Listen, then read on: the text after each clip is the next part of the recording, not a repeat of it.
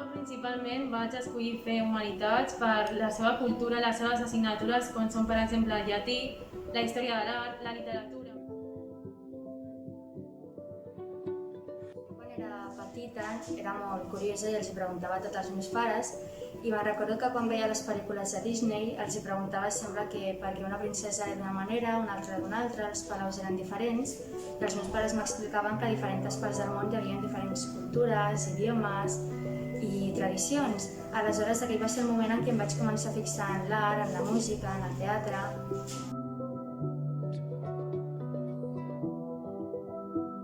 Assignatures molt personals en les quals jo puc expressar-me de moltes maneres, hi ha molt tipus d'art i totes tenen relació. Per exemple, en història de l'art té una part subjectiva i l'altra objectiva, o sigui, nosaltres aprenem la teoria i a partir d'aquí nosaltres veiem un quadre, una escultura amb els nostres propis ulls i cadascú és lliure de poder expressar-se de la seva manera. Això també passa, per exemple, en llatí, en la literatura,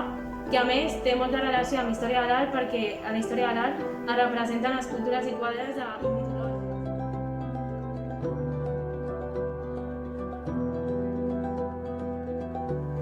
Jo sí,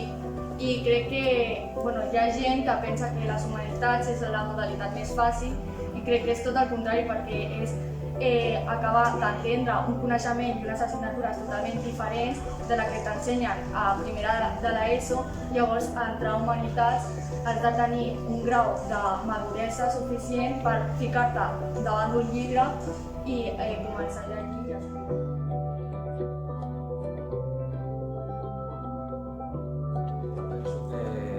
Que els joves no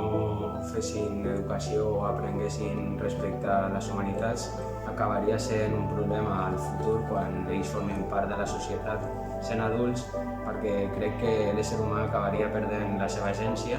Tindríem molts coneixements científics i de com és el món, però no ens coneixeríem a nosaltres mateixos i per tant crec que no podríem arribar a cap lloc o el més greu que